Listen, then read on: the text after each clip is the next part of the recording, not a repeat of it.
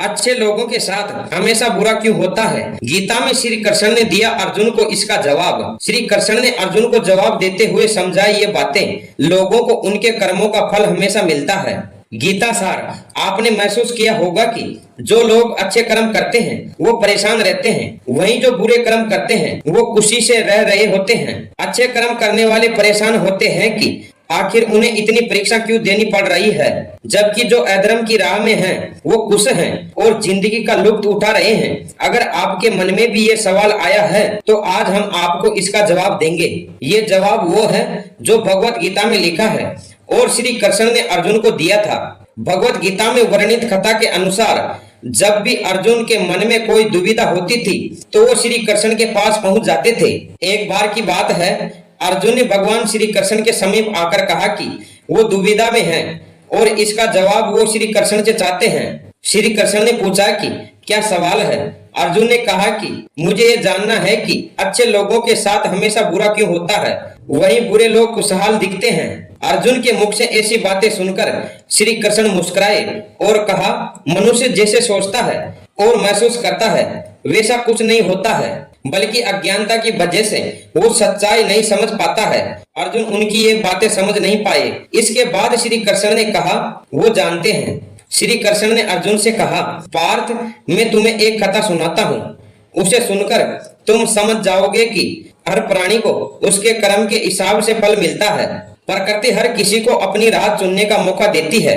अब वो मनुष्य की इच्छा पर निर्भर करता है कि उसे धर्म की राह चुननी है या अधर्म की। कथा शुरू करते हुए श्री कृष्ण ने कहा, एक नगर में दो पुरुष रहा करते थे। एक पुरुष व्यापारी था, उसके जीवन में धर्म की बहुत महत्वता थी। वो पूजा पाठ में यकीन रखता था, वो हर रोज मंदिर जाता था और दान धर्म भी करता था और हर रोज भगवान की पूजा करता था। वही दूसरा पुरुष बिल्कुल उसके विपरीत था। वो हर रोज मंदिर तो जाता था लेकिन पूजा पाठ करने नहीं, बल्कि मंदिर के बाहर से जूते चप्पल चुराने।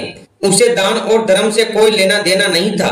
समय बीतता गया और एक दिन बहुत जोर की बारिश हो रही थी। इस वजह से मंदिर में पुजारी के अलावा कोई नहीं था। ये बात जब दूसरे पुरुष को पता चली तो उसने कहा कि ये सही मौका है मंदिर का धन चुराने का। पंडित जी से नजर चुराकर उसने सारा धन चुरा लिया। उसी समय धर्म कर्म में विश्वास रखने वाला व्यक्ति भी मंदिर पहुंचा। दुर्भाग्य से मंदिर के पुजारी ने उसे ही चोर समझ लिया और चिल्लाने लगा। वहां लोग एकत्रित हो गए और उसे बहुत मारा। किसी तरह से बचते बचाते वहां से निकला तो दुर्भाग्य ने उसका साथ वहां भी नहीं छोड़ा। मंदिर से बाहर एक गाड़ी से टकरा गया और घायल हो गया। वो व्यापारी लंगड़ाते हुए घर जाने लगा तो रास्ते में उसकी मुलाकात उस पुरुष से हुई जिसने मंदिर से धन चुराया था। उसने कहा, आज तो मेरी किस्मत चमक गई, एक साथ इतना सारा धन मिल गया। ये सब देखकर उसे बहुत बुरा लगा और उसने अपने घर से भगवान की सारी तस्वीरें निकाल दी। कुछ सालों बाद दोनों पुरुषों की मृत्यु हो गई। मरने के बाद जब दोनों यमराज की सभा में पहुंचे और भले पुरुष ने दूसरे व्यक्ति को देखा तो उसे बहुत गुस्सा आया। उसने क्रोधित होकर यमराज से पूछ ही लिया, मैं तो हमेशा अच्छे कर्म करता था, दान में विश्वास रखता था, उसके बदले जीवन भर मुझे अपमान और दर्द ही मिला और इस व्यक्ति को नोटों से भरी पोटली। आखिर ऐसा भेदभाव क्यों। इस पर यमराज ने कहा, पुत्र, तुम गलत समझ रहे हो। जिस दिन तुम्हारे गाड़ी से टक्कर हुई थी वो दिन तुम्हारे जीवन का आखिरी दिन था, परंतु तुम्हारे अच्छे कर्मों की वजह से तुम्हारी मौत सिर्फ एक छोटी सी चोट में बदल गई। तुम इस दुष्ट व्यक्ति के बारे में जानना चाहते हो।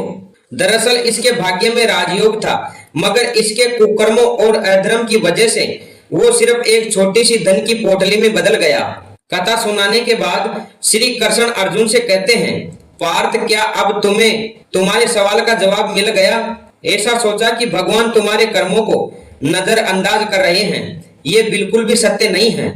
भगवान हमें कब क्या किस रूप में दे रहा है मनुष्य को समझ में नहीं आता है, मगर आप अच्छे कर्म करते रहे तो भगवान की कृपा हमेशा बनी रहती है। इसलिए अपने अच्छे कर्मों को बदलना नहीं चाहिए, क्योंकि उसका फल हमें इसी जीवन में मिलता है।